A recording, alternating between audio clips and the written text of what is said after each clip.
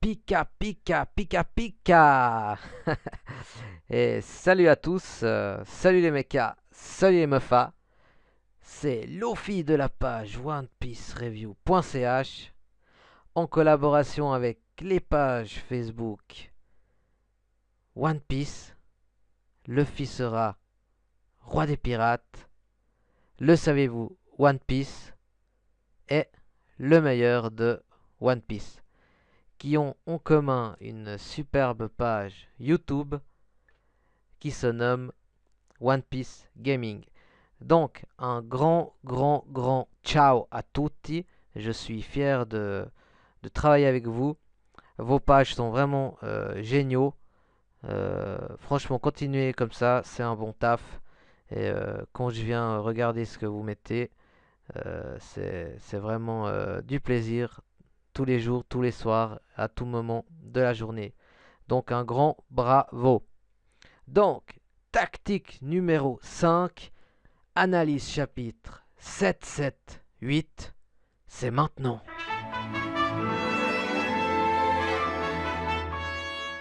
Mamma mia ragazzi.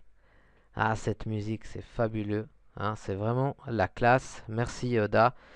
Je ressemble toujours à un petit garçon qui découvre un jouet avec ces petites symphonies. J'adore. Tactique numéro 5 est le nom de notre acte 778. Mais avant, un petit détour sur les chroniques de Jinbei qui, cette semaine, sont assez intéressantes. D'habitude, j'en parle jamais, mais là, ça prend enfin forme. Donc, tout ce voyage, un 23 mini-aventures, et nous découvrons un nouveau euh, pictogramme que, bien sûr, Jinbei n'a pas la capacité de décrire, de lire. Ça peut être assez intéressant s'il retrouve ses Nakama parce que euh, je pense vraiment que ça sera le 10e. Oda ne fait jamais rien au hasard. Si Luffy lui a proposé de venir dans l'équipage, vous pouvez être sûr, il va venir. Maintenant, la question est when, quand. Euh, Ça, encore affaire à suivre. Mais il aura besoin de notre super Robin pour découvrir ce qui est écrit dessus. Je vois pas sinon l'intérêt de faire toutes ces aventures pour en arriver là. Parce que c'est comme si Chopper dit je veux devenir meilleur médecin, ou bien si Luffy nous redit une xème fois je veux être roi des pirates. Ça n'a pas de sens si il trouve ce pictogramme et il en fait rien. Donc voilà, je pense que ça sera une excellente raison pour retrouver les Mookie. Voilà. On va prendre cette fois de plein fouet notre chapitre. Excusez-moi, ce soir je suis un petit peu fatigué. Je reviens du boulot et c'était une semaine assez chargée. J'ai eu quelques émotions et maintenant je suis un peu raplapla. D'habitude j'ai plus de pêche, mais voilà, je m'excuse. Dans ce chapitre, Pika veut absolument aller à la rencontre de Riku. Il veut l'assassiner. Et tout le monde, un petit peu, les personnages ont peur et veulent protéger leur roi. Donc il y a des protagonistes comme Rebecca, Kyros, Bartholomew, Sai, Baby Five.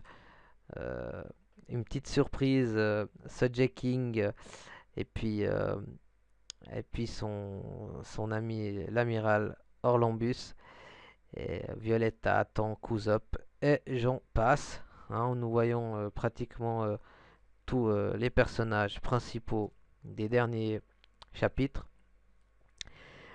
qui essayent en fait de trouver un moyen de barrer la route à Pika.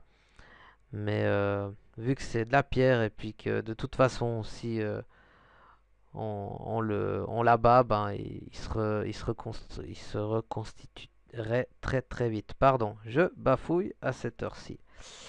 Donc, je voudrais juste mettre un point d'honneur sur la tag team, car si ce chapitre a du succès, si ce chapitre est positif, c'est grâce vraiment à trois gros protagonistes.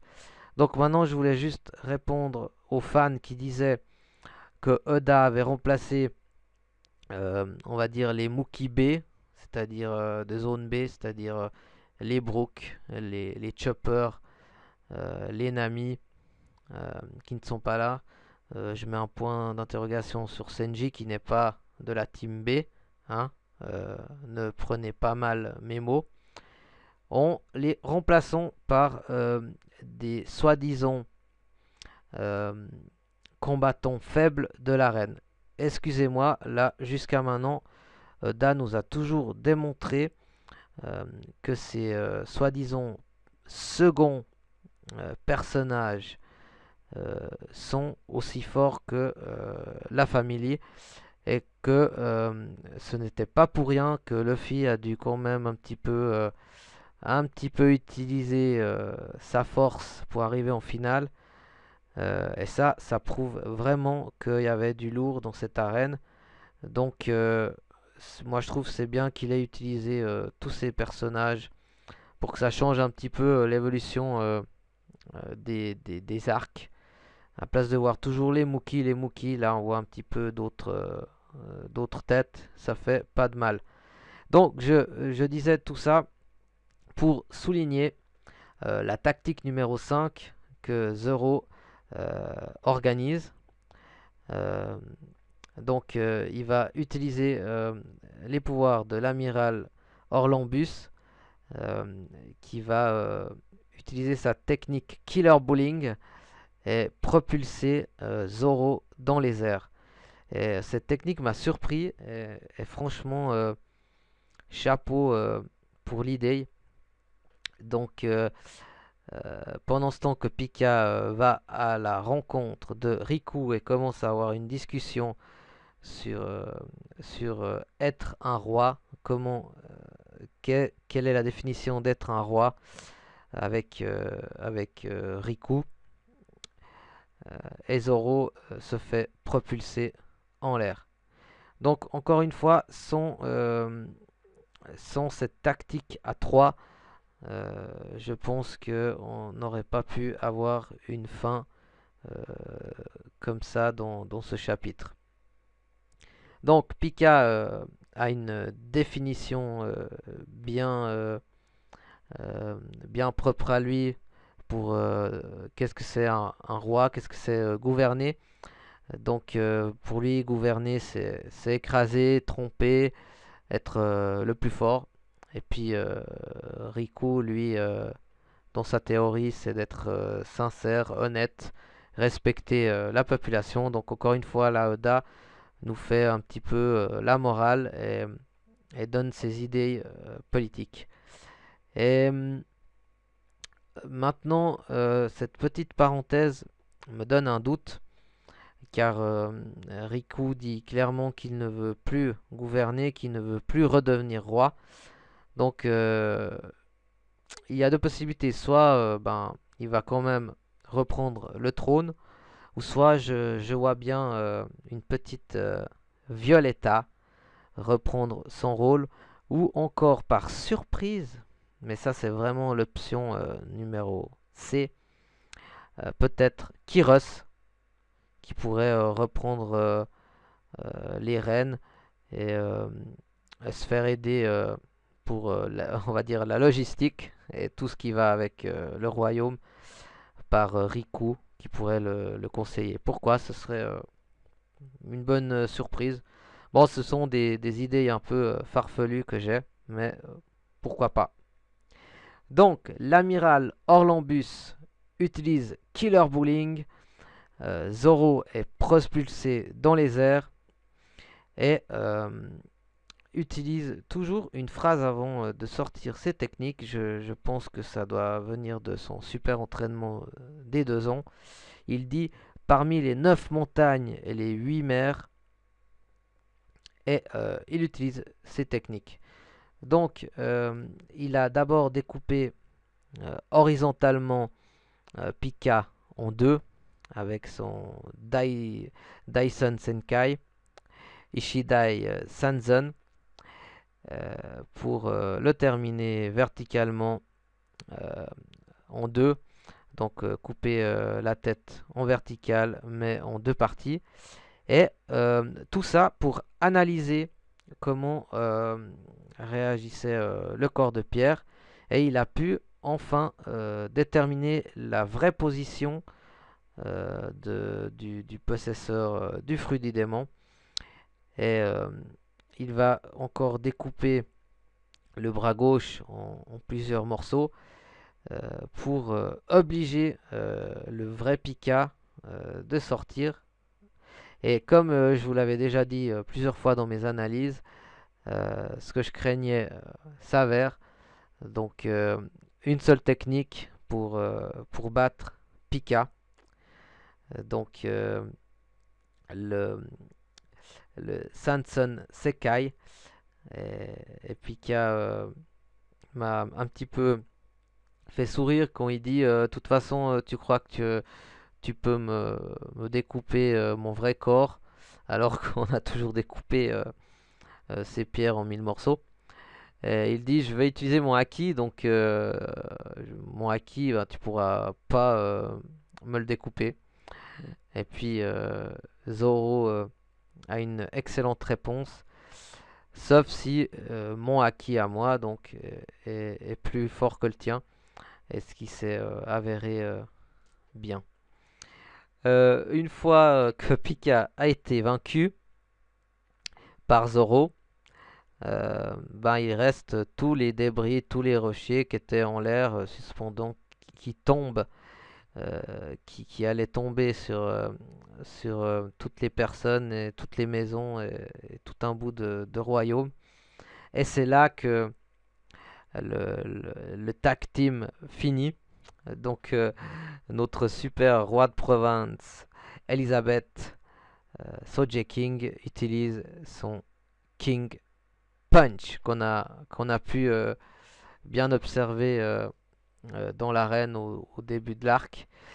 Et il nous a prouvé qu'il pouvait faire le ménage. Hein. Donc si vous avez un petit peu de poussière chez vous, hein, appelez-le. Il faudra juste qu'il se concentre 3 heures, mais vous inquiétez pas, votre maison sera nickel après. Donc bon, à part l'humour super mauvais que j'ai ce soir, car je suis vraiment en mode fatigue, je vais aller me coucher. Euh, voilà, c'était une super tactique que Zoro a élaborée. Donc déjà, l'amiral Olympus qui l'envoie dans les airs pour pouvoir déterminer où est le vrai corps de Pika. Et puis Elisabeth qui sauve la ville, qui sauve les, le restant des villageois, des civils, et puis tous nos héros, dont Usopp, Baby Five, Sai, Bartolomeo, etc. Donc voilà, c'était mon analyse de cette semaine du chapitre 7, 7, 8 avec un power diminué. Désolé. Mais bon, enfin, l'important c'est que je l'ai fait. Voilà. Donc, à bientôt. Et j'espère que cet arc va vraiment finir et arriver maintenant avec les choses sérieuses. Donc, on espère que Luffy va vraiment montrer son potentiel. Car Zoro, sincèrement, euh, depuis Mister One, et à part l'affrontement contre Kuma, donc Mister One et après les 2 ans, j'ai l'impression il est quand même supérieur à Luffy car il est jamais essoufflé, il saigne très rarement. Et là, j'espère qu'on va vraiment voir les vrais progrès qu'a fait Luffy. parce que pour moi, les taux de force des Mookie, donc je vois encore Luffy à un niveau de 100, Zoro qui est gentiment en train de se rapprocher à 98, et puis après je verrai Senji à 92, parce qu'on a vraiment vu que Zoro est nettement supérieur que Senji actuellement. Car un petit exemple, je pense que Pika et Vergo sont du même niveau, c'est-à-dire que Vergo arriverait facilement à combattre Pika s'il n'y a pas de pierre ou de choses comme ça. Et on a vu Senji vraiment souffrir contre cet adversaire sur Punk Hazard. Tandis que Zoro, là, franchement, un gros monstre. Voilà. Donc, c'était Lofi de la page OnePieceReview.ch. Je te salue, toi, toi, toi et toi.